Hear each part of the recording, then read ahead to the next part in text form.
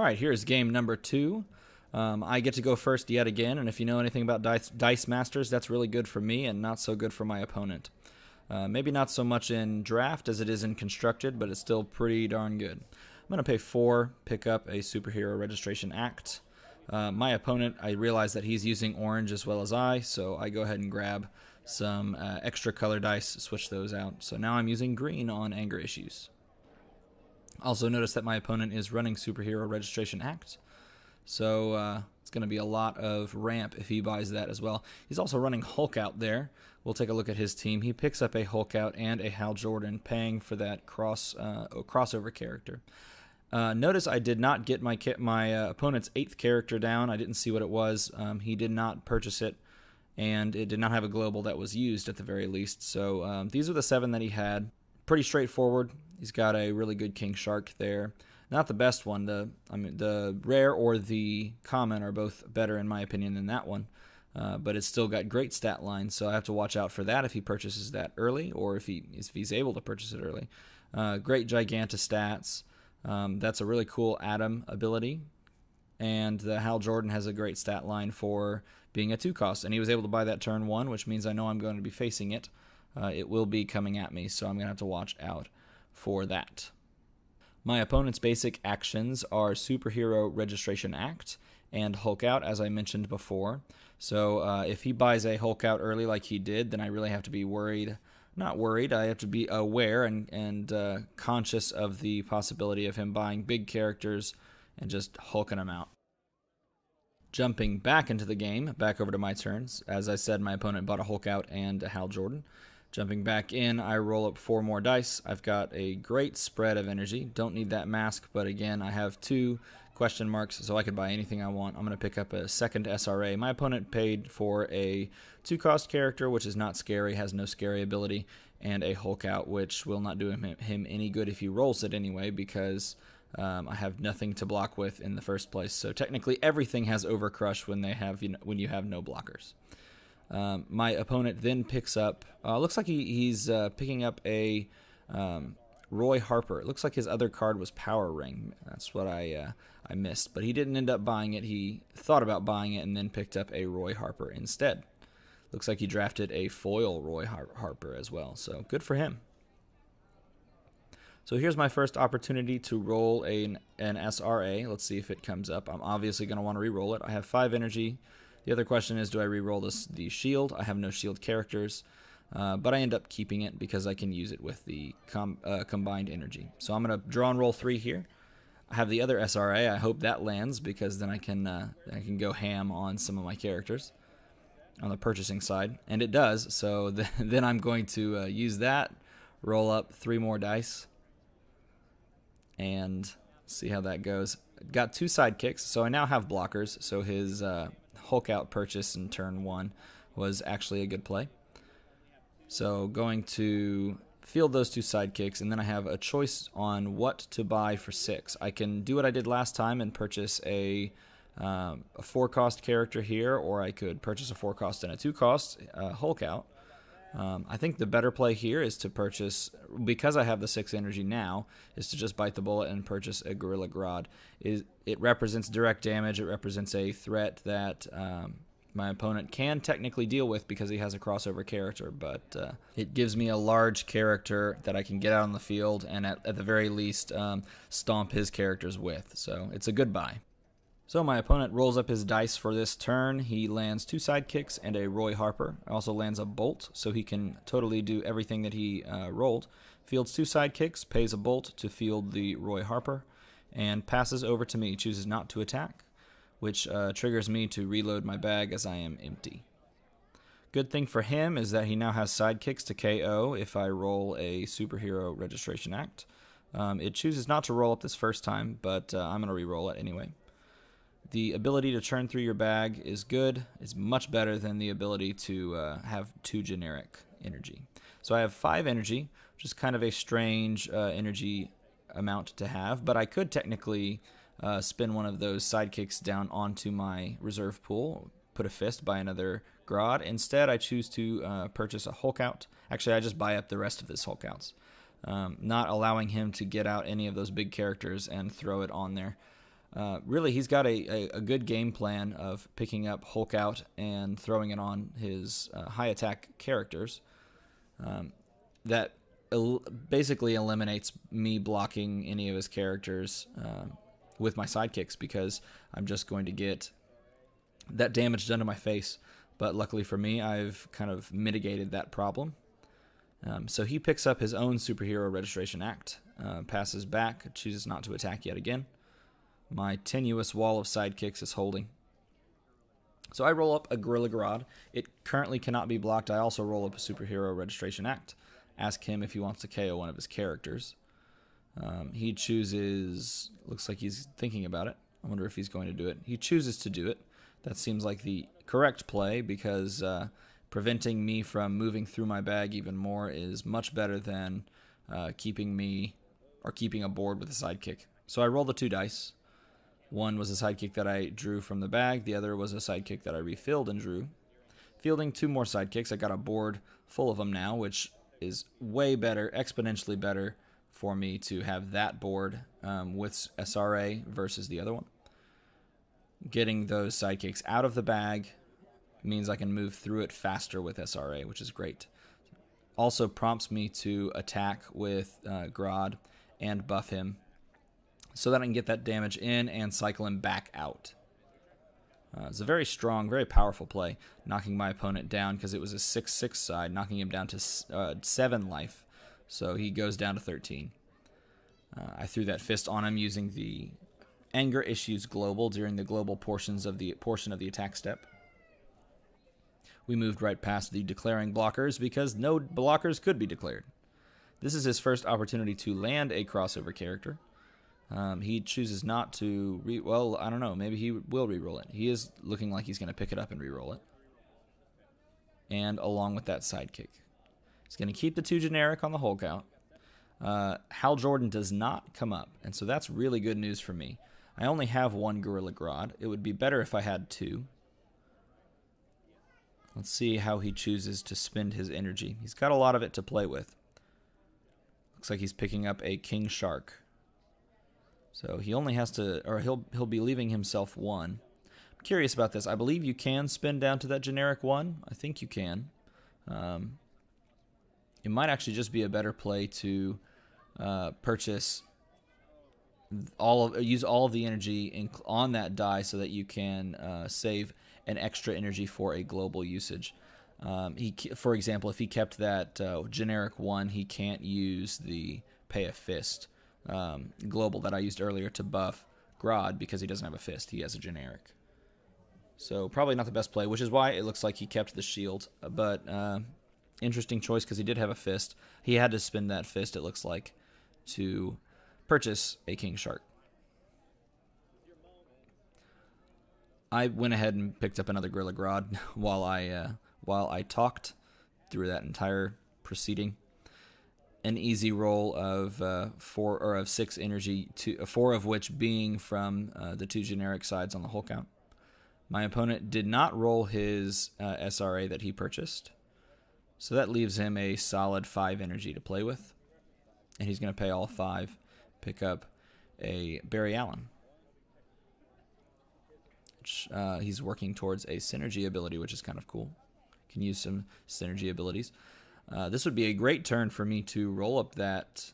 Wow, even better. This would be a great turn for me to roll up some of those character faces and action faces, and both of those things that I just mentioned landed.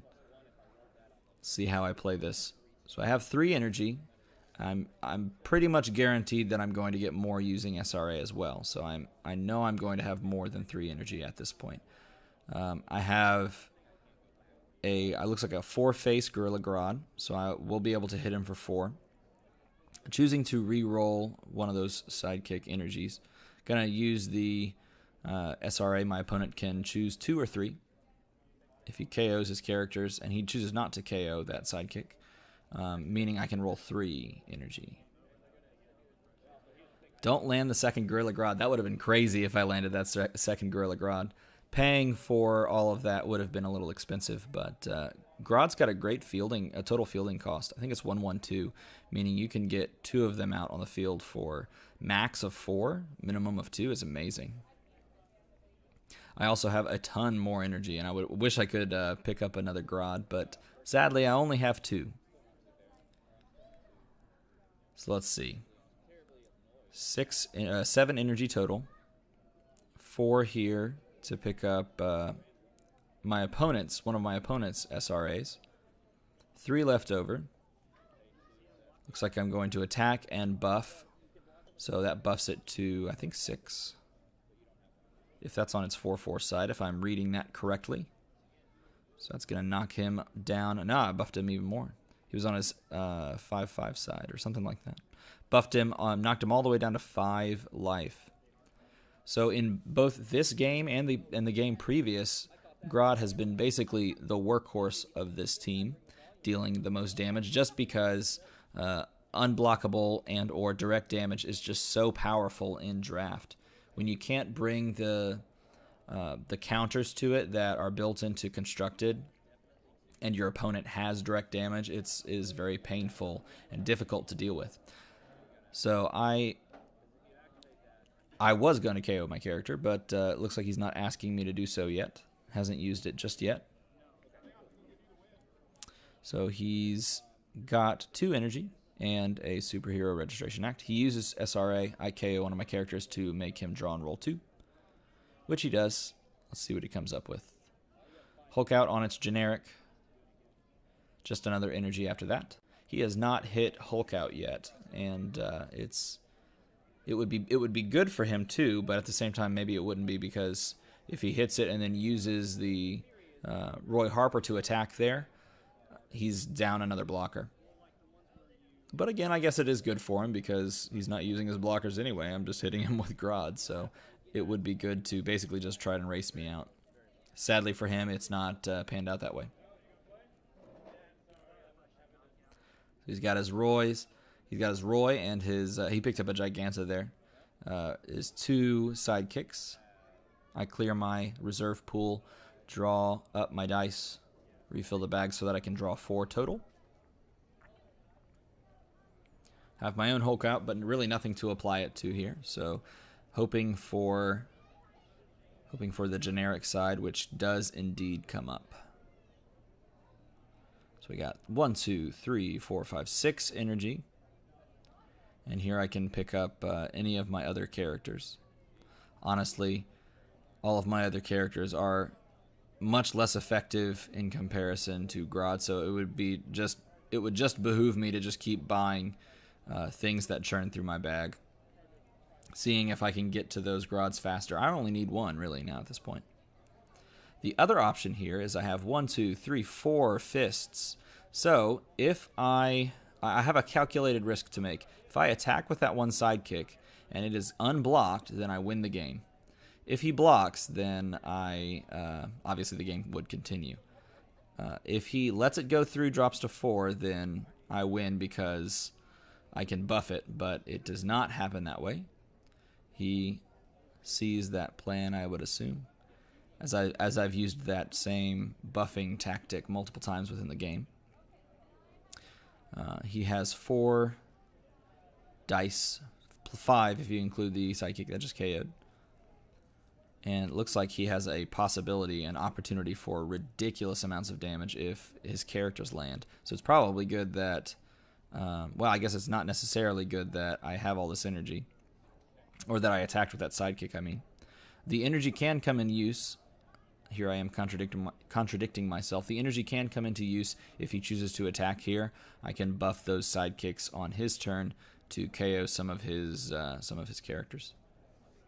And he does have a crossover character in Barry Allen. So he chooses to push for an attack. So I have to be very careful here and make sure that the Barry Allen does get KO'd. If Barry Allen does not get KO'd, then Grodd doesn't go through and I don't win the game in future turns.